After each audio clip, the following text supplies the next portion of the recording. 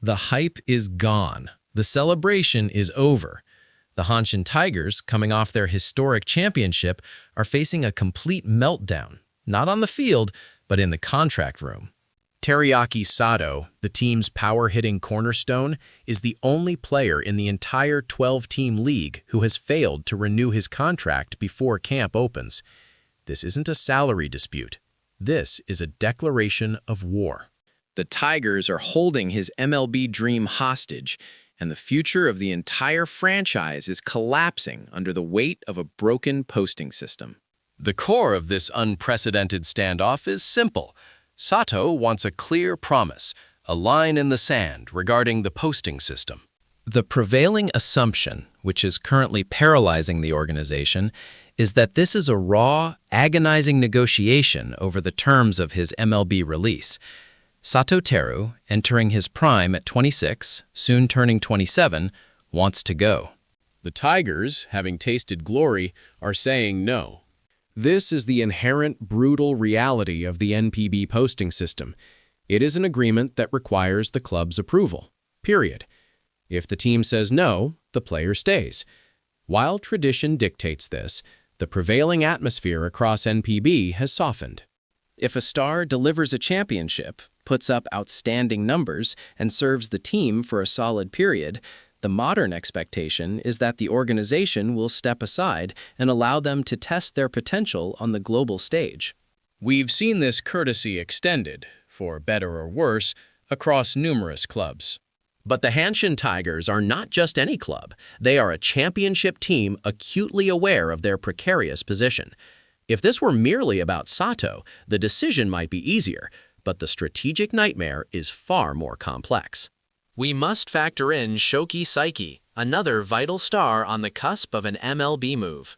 If the Tigers greenlight Sato now, they risk the catastrophic scenario where both Saiki and Sato exit simultaneously, leading to an immediate and devastating drop in roster quality, an instant strategic downgrade that would effectively nullify their 2023 success. The club must be thinking, if we give Sato the green light, what happens when the next star knocks on the door? Where do we draw the line? The challenge is defining that line. Does it require hitting a certain home run total? Does it demand another championship? The uncertainty is maddening for a player who has arguably sacrificed his youth to the franchise. Sato's contributions cannot be ignored, even if his journey wasn't perfectly linear. While he struggled initially with consistency and defensive woes, he finally had his explosive breakthrough season in 2023, solidifying his status as a legitimate slugger. He has played for the first team since his rookie year, providing consistent production. The debate for Hanshin must be this: do they assess his value based on his first few developing years, or do they only count the elite performance year, 2023?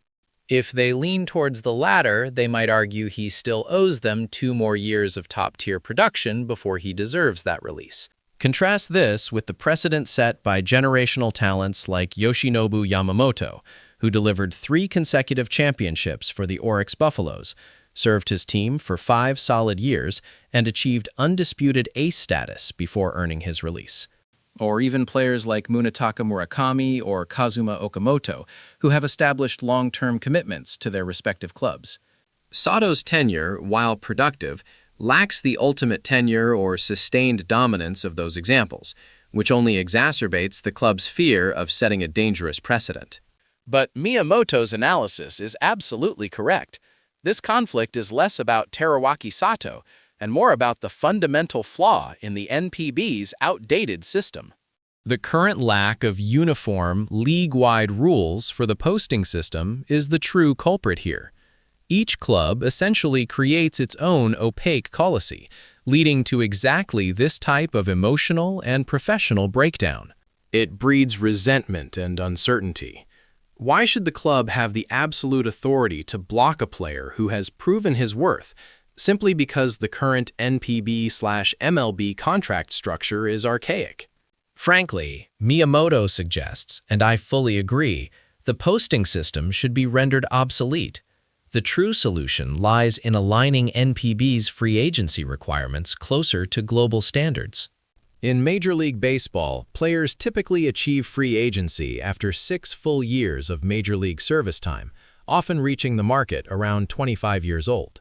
This allows players to sign their first mega contract and pursue their careers aggressively during their physical peak. In stark contrast, NPB requires 9 years of domestic service to achieve domestic FA, and also 9 years to achieve overseas FA, or a minimum of 7 years to qualify for overseas FA status, depending on the calculation. If Sato waits for the current system, he wouldn't hit overseas FA until he's likely 32 or 33, far past the desired age bracket for top international contracts. If NPB simply shortened the FA requirement to 6 or 7 years, mirroring the standard international competitive market, the posting system, which exists primarily to generate transfer fees for the club, would become largely unnecessary. It would restore agency to the player, while still ensuring the club benefits from years of service. The current rules are actively damaging NPB's future competitiveness. We are already seeing high-level amateurs bypass the NPB draft entirely, opting instead to play U.S. college baseball or in the minor leagues, precisely to avoid the contractual quagmire that Sato is currently mired in. If NPB clubs become known as organizations that block international aspirations, they will inevitably struggle to attract the best high school talent. Furthermore, we must address the returning player issue that often accompanies the posting system.